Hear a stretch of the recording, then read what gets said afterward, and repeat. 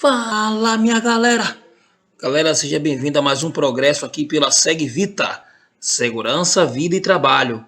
Hoje iremos tratar sobre a NR35, que versa sobre o trabalho em altura. Pessoal, só a título de informação, NR é uma sigla para Norma Regulamentadora, que foi publicada pelo Ministério do Trabalho na década de 70. Pessoal, neste vídeo vamos tratar dos temas: conceito de trabalho em altura, normas regulamentadoras aplicáveis ao trabalho em altura, análise de riscos e condições impeditivas e permissão de trabalho em altura. Galera, a própria NR35, no seu subitem 35.1.2, ela diz o seguinte: considera-se trabalho em altura toda atividade executada acima de 2 metros do nível inferior, onde haja risco de queda. Galera, olha só, todo trabalho executado acima de 2 metros, de acordo com a luz da norma, é considerado trabalho em altura. Só que não para por aí. Tem que existir o risco de queda. Então, preste atenção no seguinte: eu estou em um prédio de 20 andares, trabalhando. Só que de um lado parede, na frente parede, do outro lado parede e atrás tem parede fechada. Eu estou a bem mais de 2 metros de altura, correto? Beleza. Só que para configurar trabalho em altura, tem que existir o risco da queda. Então, mesmo que eu estiver em um prédio de 20 andares, melhor falando, e é bem alto, porém, se não existir o risco de queda, não configura trabalho em altura. Então, isso é uma questão muito pontual. Existem até profissionais técnicos em segurança, próprio engenheiro de segurança, que confundem esse negócio daí. Então é por isso que é importante esse trabalho sendo efetuado aqui pela SegVita, para estar mostrando de forma minuciosa o que a norma quer dizer ali na sua letra. Então olha só, considera-se trabalho em altura toda atividade executada acima de 2 metros do nível inferior. Qual é o nível inferior? O pavimento referência. Então vamos colocar um exemplo. Tem o nível da rua e tem um passeio que está acima do nível da rua. E você está com a escada acima do passeio. Digamos que caso haja uma queda sua da escada, tu vai cair em cima do passeio, não na rua. Então o piso inferior é o passeio. Beleza? Mesmo que o mesmo seja alto, que a diferença do nível da rua seja mais de 2 metros, porém o risco de queda do nível inferior é o passeio. Olha só. Considera-se trabalho em altura toda atividade executada acima de 2 metros do nível inferior, onde haja risco de queda. Se não existir o risco de queda lá embaixo, não há o que se falar em trabalho em altura. Beleza? Eu creio que isso tenha ficado claro. Galera, a NR35 define trabalho em altura como qualquer área ou qualquer atividade realizada a partir de 2 metros do solo, podendo ser executada por qualquer profissional que esteja em suas plenas capacidades físicas, psíquicas e neurológicas. Então a norma ela deixa isso claro. O que é capacidade física? Você está bem fisicamente. O que é capacidade psíquica? É o cara ser louco ou não louco? Não necessariamente seja isso. Capacidade psíquica, muitas vezes você não está bem psiquicamente naquele dia. Seu filho está doente, sua esposa se acidentou, a sua mãe está em estado grave no hospital. Isso são exemplos de pessoas que podem ficar psiquicamente perturbadas naquele dia, naquela semana, naquele mês. Então essas pessoas, durante esse tempo, dando tempo de recuperação de uma notícia grave, de uma doença grave na família, essa pessoa tem que ficar afastada do trabalho em altura. E a questão neurológica são aquelas que afetam o cérebro, a medula espinhal e os nervos. Essas são chamadas de doenças neurológicas. Há exemplo ali do próprio mal de Parkinson, que é aquela doença associada à idade, e também o mal de Alzheimer, aneurisma, aquele aneurisma cerebral, acidente vascular cerebral, o AVC, tumores do cérebro, na coluna, a própria depressão, esclerose múltipla, então enxaqueca em excesso, isso aí são chamadas de doenças neurológicas. Em geral, as tarefas dessa categoria são comuns em setores de construção civil, lá no próprio setor da energia elétrica, a telecomunicações, manutenções e montagem industriais, entre outros serviços. Considerando que trabalhos em locais altos podem causar acidentes fatais, é preciso conhecer todas as regras e fazer a avaliação de segurança completa antes de iniciar a execução desse tipo de atividade. Observe, galera, que não só a NR35, assim como a NR10, como a NR33, que a gente gravou agora há pouco aí, falando sobre espaço confinado, observe que as normas, ela tem uma linguagem harmônica. Então, antes de iniciar a atividade, devemos fazer uma avaliação de segurança. Então, sempre antes, galera, fazer um checklist antes de iniciar a atividade, fazer uma análise preliminar de risco antes de iniciar a atividade. E aqui, ela vem aqui só reiterar, fazer uma avaliação de segurança completa antes de liberar a execução desse tipo de atividade. A norma que trata especificamente sobre a segurança no trabalho em altura é a NR35, mas outras normas também devem ser observadas e hoje vamos falar delas. Por exemplo, as normas regulamentadoras, conhecidas como NR, são de observâncias obrigatórias pelas empresas privadas e empresas públicas e pelos órgãos públicos ali, galera, de administração direta e indireta, que possuem empregados regidos pela CLT. Galera, as normas regulamentadoras, elas são de observância obrigatória, porque é um documento público, galera. Então não cabe a mim, não cabe a você, não cabe a nós dizer se vai ou não obedecer às normas. Nós somos obrigados a seguir as normas regulamentadoras por se tratar de um documento público. Também as empresas públicas também, elas estão ali debaixo do jugo das normas regulamentadoras. Galera, os artigos 154 até o 201 da CLT, que trata das consolidações da Lei de Trabalho, eles estabelecem o campo de aplicação de todas as normas regulamentadoras e, sendo assim, existem outras normas que também podem ser consideradas quando falamos de trabalho em altura. Pessoal, só a título de informação, a CLT, Consolidações das Leis de Trabalho, ela foi lançada aí em maio de 1943 pelo governo de Getúlio Dornelles Vargas. Então foi uma vitória a CLT, que trata ali, que versa sobre vários temas relacionados ao trabalho, bem como a segurança no trabalho.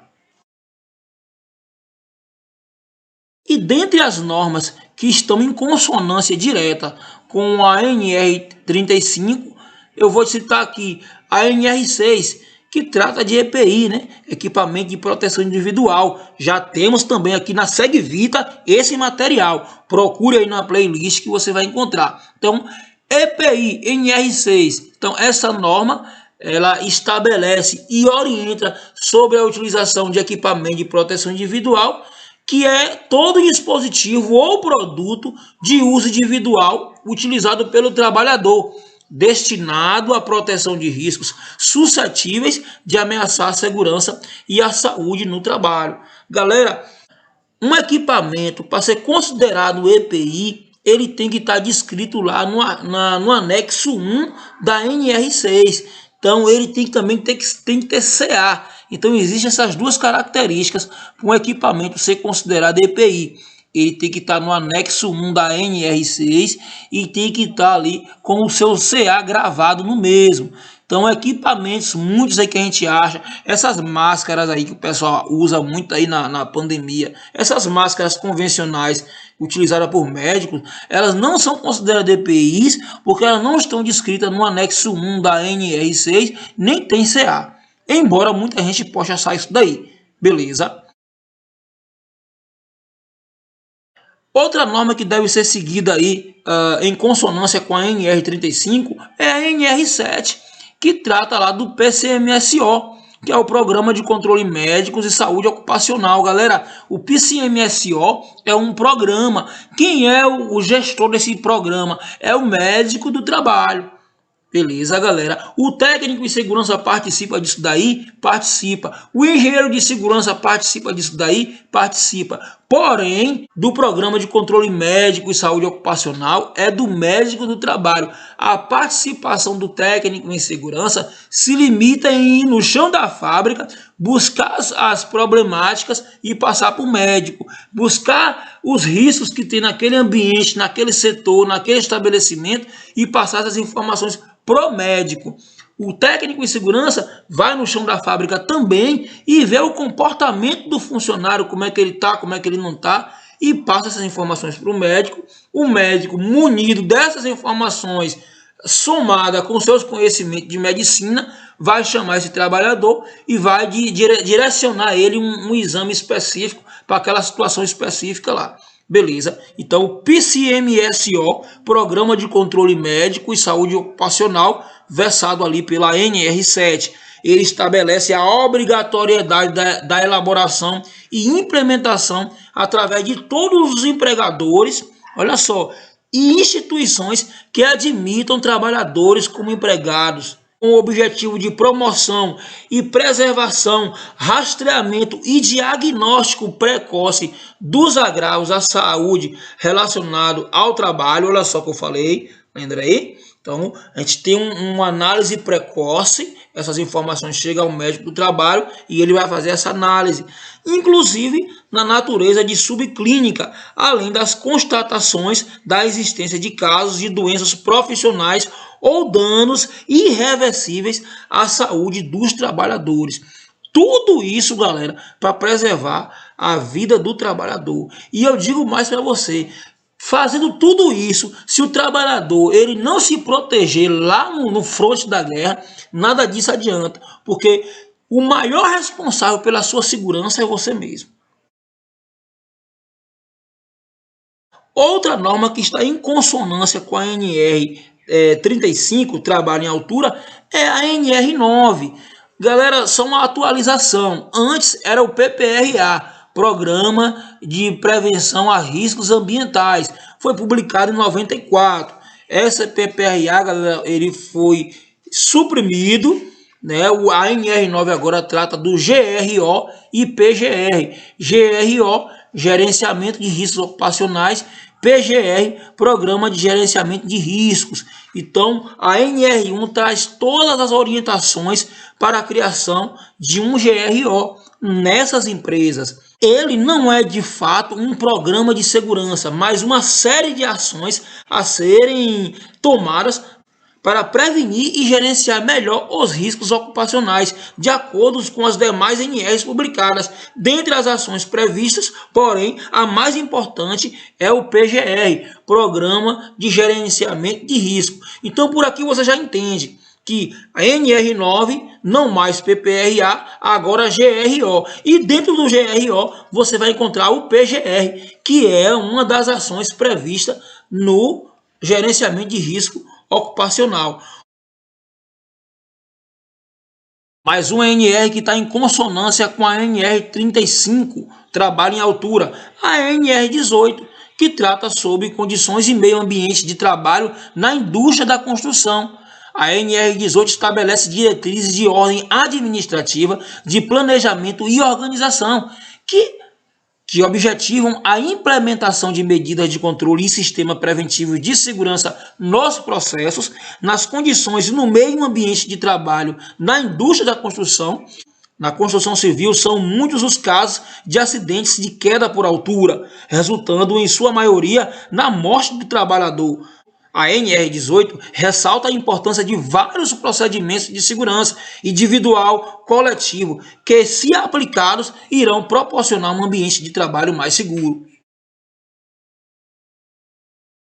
NR34, condições de meio ambiente de trabalho na indústria da construção e reparação naval, galera. Esta NR trata de 9 procedimentos de trabalho executados em estaleiros, São eles: trabalho a quente, montagem e desmontagem de andaimes, pinturas, jateamentos e hidrojateamentos, movimentação de cargas, instalações elétricas provisórias, trabalho em altura. É de responsabilidade do empregador garantir a prática das medidas de proteção estabelecidas pela ANR, certificando-se que todo o trabalho só dará início após o atendimento de todas as medidas de proteção previamente definidas, galera. Previamente definidas. O empregado, por sua vez, ele deve zelar pelo cumprimento das disposições legais. O profissional, ele tem que ter disciplina e tem que ser educado a seguir os procedimentos da norma, incluindo as regras ali expedidas pelo próprio empregador. Uma vez que os riscos de queda em altura são identificados em várias atividades ou em diversos tipos de tarefa, a manutenção de uma NR ampla e altamente eficaz é imprescindível, é indispensável para que tais trabalhos sejam conduzidos de maneira segura. Galera, todo cuidado é pouco. A supervisão é um fator extremamente importante para a realização do trabalho em altura, visto que a sua ausência pode acarretar em sérios problemas.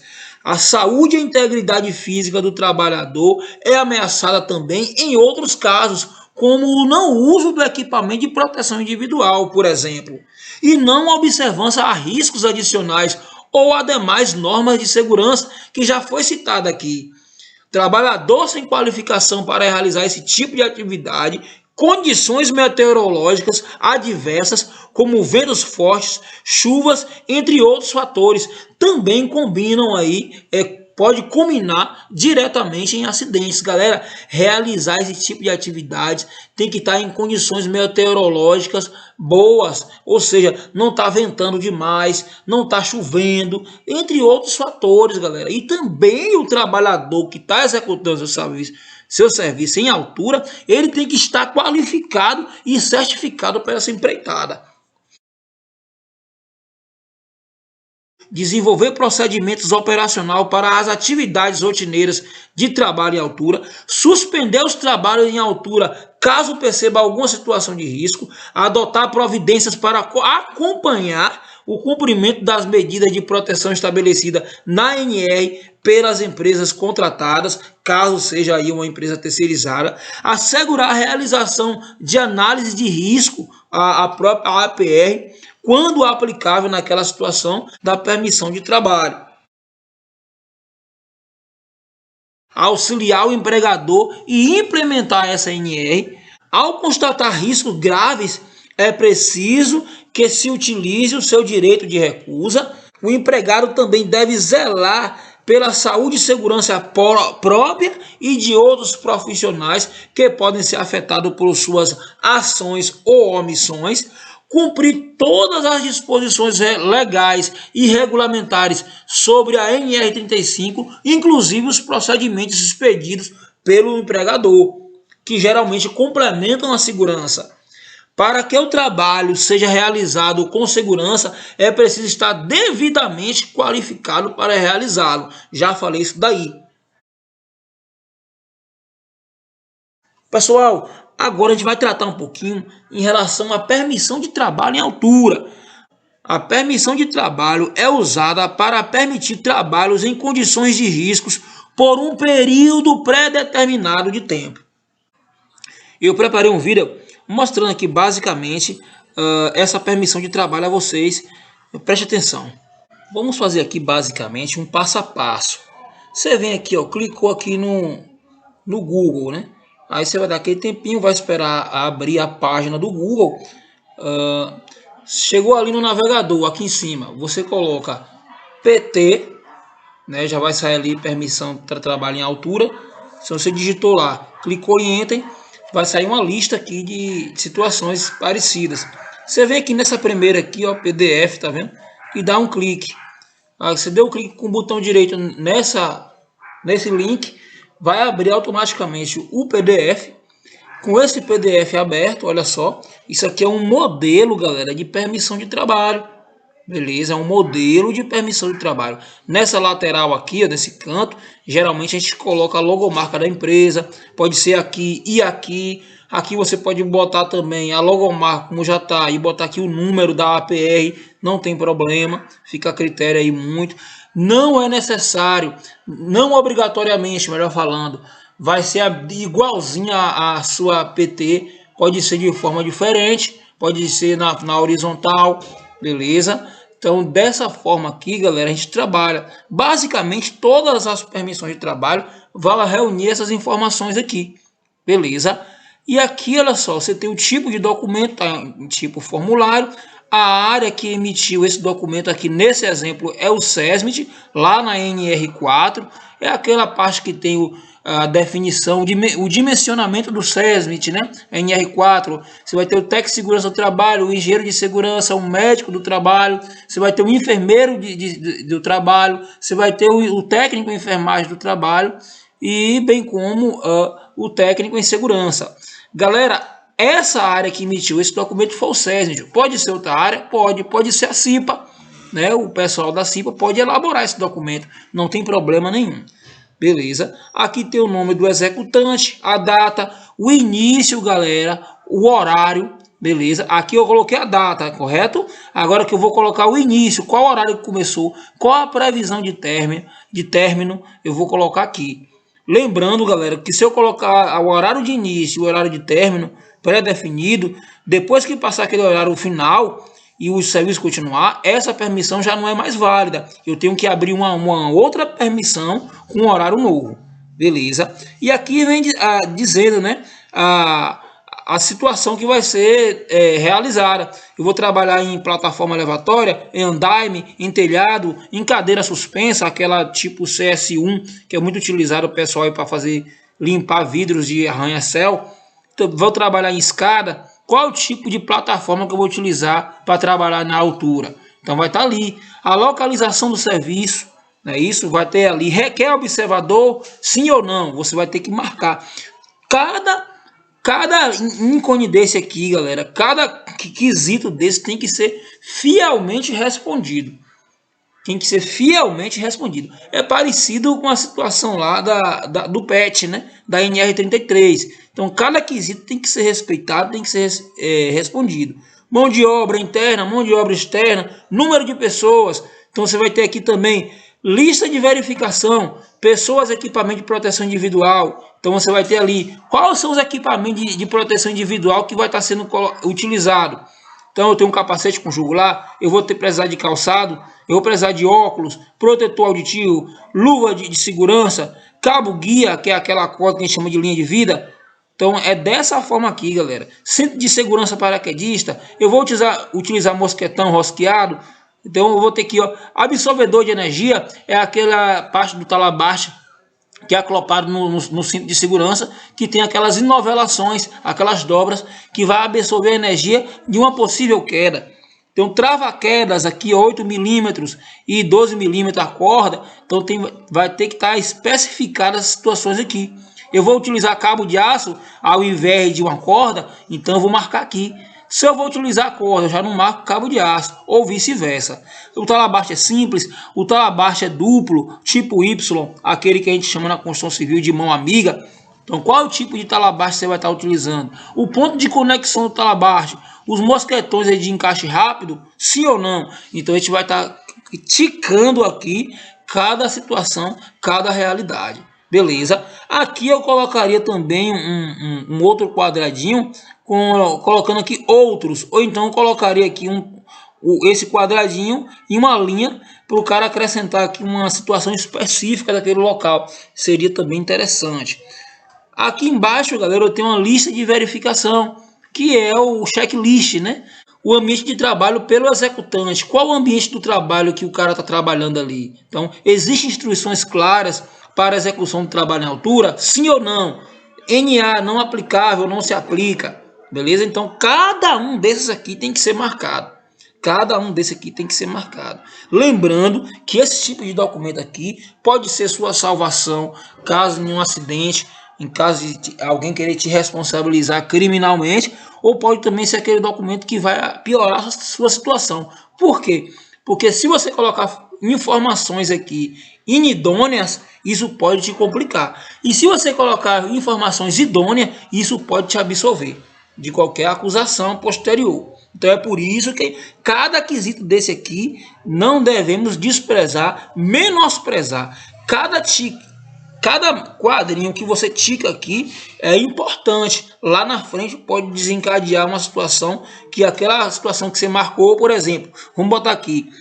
O ponto onde o talo abaixo do cinto de segurança está preso é resistente e seguro? Aí não é seguro nem resistente, porque não foi testado. Aí você diz lá que sim. Aqui, olha só, você bota aqui sim.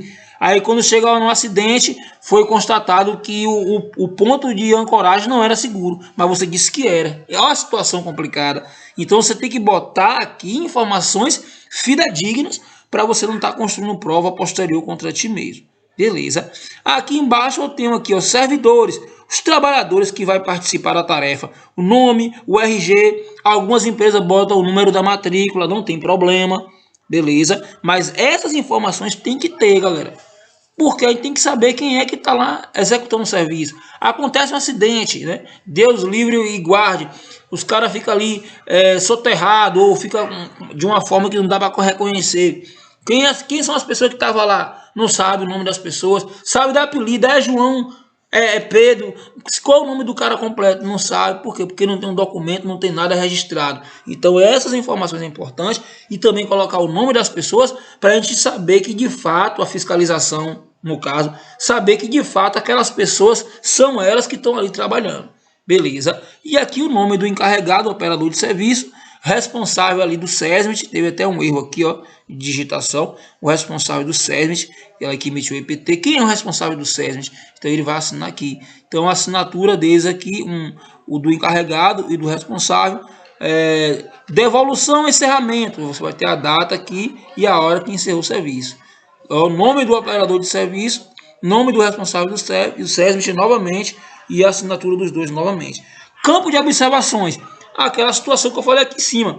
Caso tenha um equipamento específico que nessa lista não tenha falando, aí você vai acrescentar aqui embaixo, ó, no campo de observações. Beleza? Só um adendo ao que eu estou falando aqui, galera. Você lembra que eu falei lá no início desse material que o EPI, o material para ser considerado EPI, ele tem que estar descrito no anexo 1 da NR6 e tem que ter CA? Um exemplo aqui, esse mosquetão, ele não vai ter CA, beleza? Ele não vai ter CA, ele vai ter ali o teste de resistência do Inmetro, mas não vai ter CA, vai ter um número ali de série e tudo mais. Então esse cara aqui não é um EPI, esse cara aqui é um dispositivo de segurança. Tudo que não é EPI, você pode chamar de dispositivo de segurança. Beleza, galera? Então basicamente essa situação. Tá aí, permissão de trabalho em altura. Esse é o material aqui oferecido pela Segvita, Segurança, Vida e Trabalho. Galera, eu convido você aí, dá um like nesse vídeo, né? Quando você dá um like no nosso material aqui na Segvita, você implicitamente está nos incentivando a criar mais materiais. E outra coisa que eu peço para vocês, divulgue esse material, compartilhe esse vídeo. O conhecimento ele tem que ser compartilhado. Beleza? Um forte abraço do seu amigo e até a próxima.